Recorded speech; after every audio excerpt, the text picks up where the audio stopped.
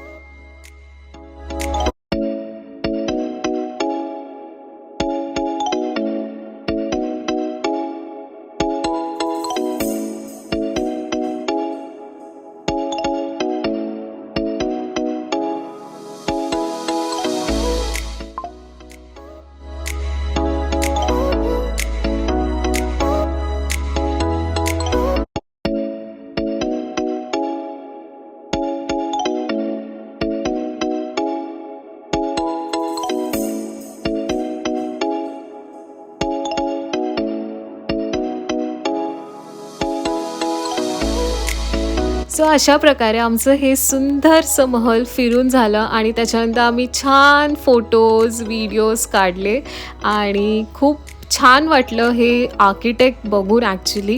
Because एवढं डिटेलमध्ये आणि Italian architecture is really awesome आणि next level.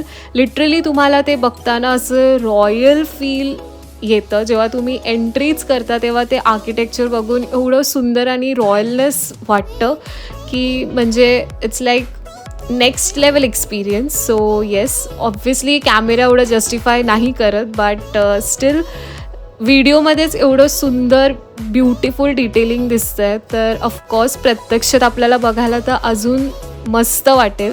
So I hope so तुम्ही जेव्हा इंदौरला जाल तेव्हा हा एक्सपिरियन्स नक्कीच घ्याल. सो हे झाल्यानंतर आम्ही त्याच्यानंतर आमच्या नेक्स्ट स्पॉटवर निघालो, जे की होतं मा वैष्णोदेवींचं मंदिर. जसं आपलं वैष्णोदेवी मातेचं मंदिर आहे तशाच प्रकारे त्यांनी ट्राय केलेलं की ते एक स्ट्रक्चर उभं करायचं. So it was kind of similar to that आणि आम्ही त्याच्यानंतर तिकडेही गेलो. सो येस, तुम्ही पुढे नक्कीच बघाल.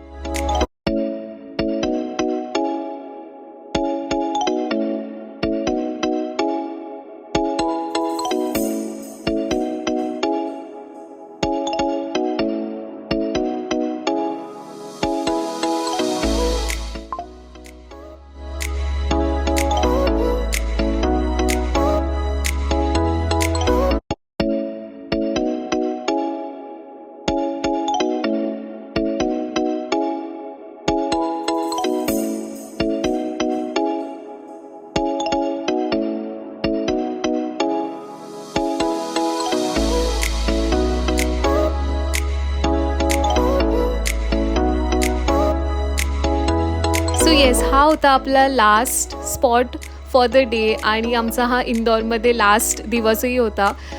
आम्ही रात्री निघणार होतो मुंबईला. सो आम्ही देवीच्या दर्शनांनीच हा दिवस एंड केला आणि आम्ही पूर्ण हे मस्त सुंदर जे मार्बलनी बनवलं गेलेलं आपलं अन्नपूर्णा देवींचं मंदिर ते आम्ही बघितलं, दर्शन घेतले आणि त्याच्यानंतर आम्ही निघालो लंच करायला, मार्केट फिरायला बेसिकली इंदौरचं. सो इंदौरमध्ये पण खूप शॉपिंगचं ऑप्शन्स आहेत. तुम्हाला सुंदर साडीज, ड्रेस, खूप म्हणजे एन नंबर ऑफ शॉप्स तुम्हाला भेटतील. सो येस,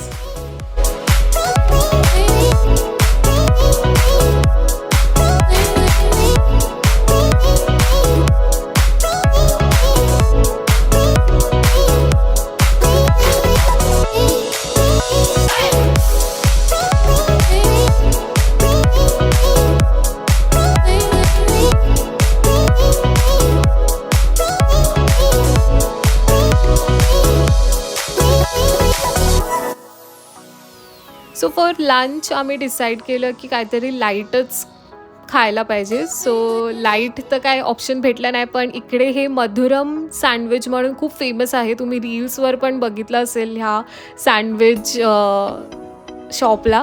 सो येस, आम्ही इकडचं सँडविच खाल्लं and it was good. I will give 8 out of like 10. खूप छान होतं, नॉर्मल होतं आणि इथे काय टाईप्स भेटत नाही सँडविचचे. इथे एकच प्रकारचं सँडविच भेटतं. सो तुमच्याकडे काही ऑप्शन नसतात ऑर्डर करताना. So yes, it was good, it was decent आणि छान होतं हे.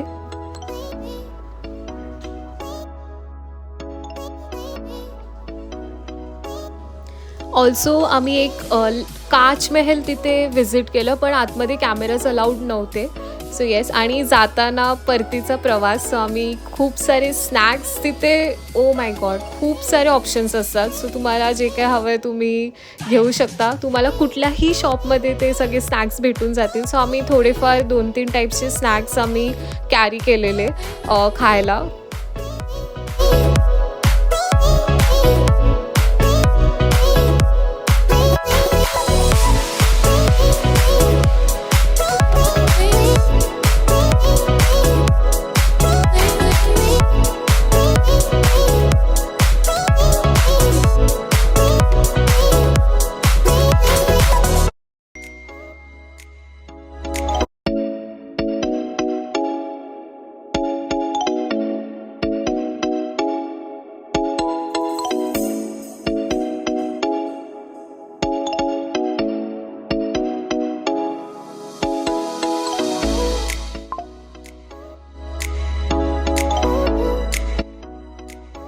So with this, I end this series and end this vlog.